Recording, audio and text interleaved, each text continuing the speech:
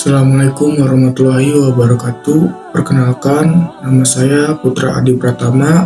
Pada video kali ini, saya akan menceritakan sejarah dakwah Rasulullah SAW periode Mekah.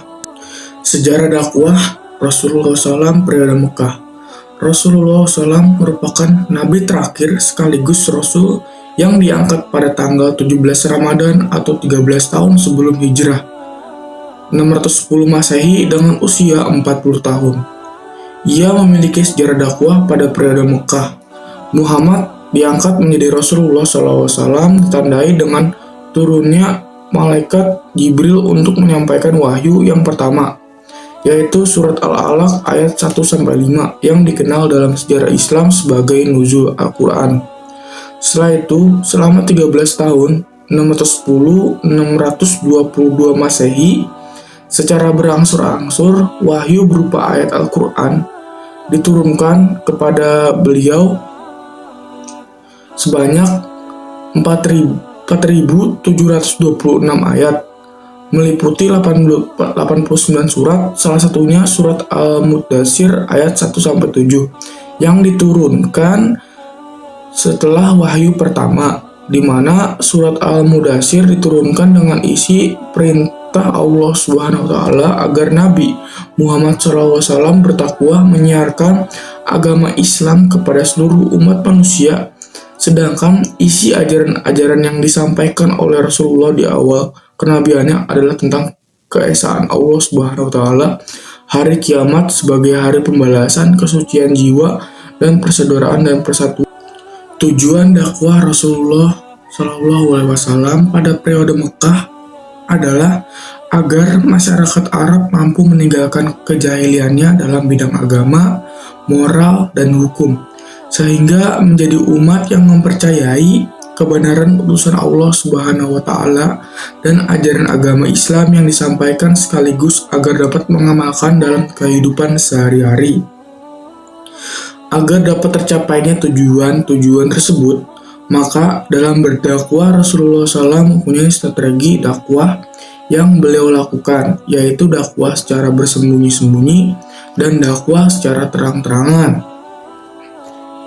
Dakwah Rasulullah SAW secara sembunyi ini menyerukan agama Islam kepada para kerabat, sahabat, sehingga orang-orang sekitar rumahnya, tangganya, orang-orang yang telah masuk Islam pada saat itu disebut Asbiqulaini Awwalun atau pemeluk Islam generasi pertama, yang terdiri dari Khadijah binti Khuwailid, Ali bin Abi Thalib, Zaid bin Habib Sar, Abu Bakar As-Siddiq, dan Ummu Aiman. Sedangkan dakwah secara terang-terangan dimulai sejak tahun keempat kenabiannya setelah turunnya wahyu yang berisi perintah Allah Subhanahu wa Ta'ala agar dapat dilaksanakan secara terang-terangan. Dua tahap Rasulullah SAW secara terang-terangan ini adalah mengundang kaum kerabat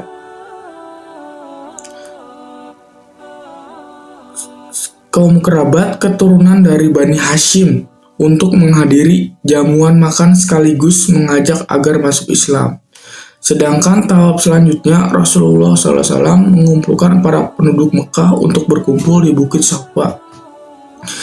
Selain itu, Rasulullah SAW menyampaikan dakwah kepada para penduduk di luar kota Mekah, di antara orang-orang yang masuk Islam di luar Mekah, antara lain Abu Dzar Al-Ghifari dan Tufai bin Amr Ad-Dusi.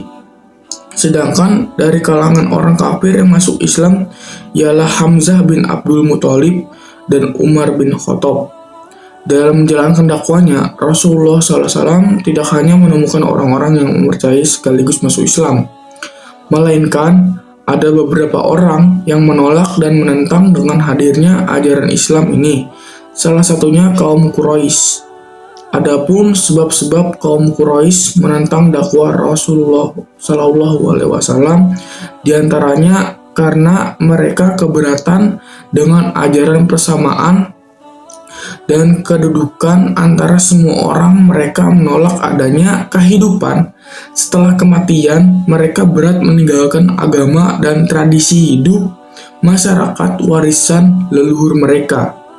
Selain itu, mereka menentang dan berusaha menghentamkan dakwah Rasulullah Shallallahu Alaihi Wasallam, sebab Islam melarang menyembah berhala.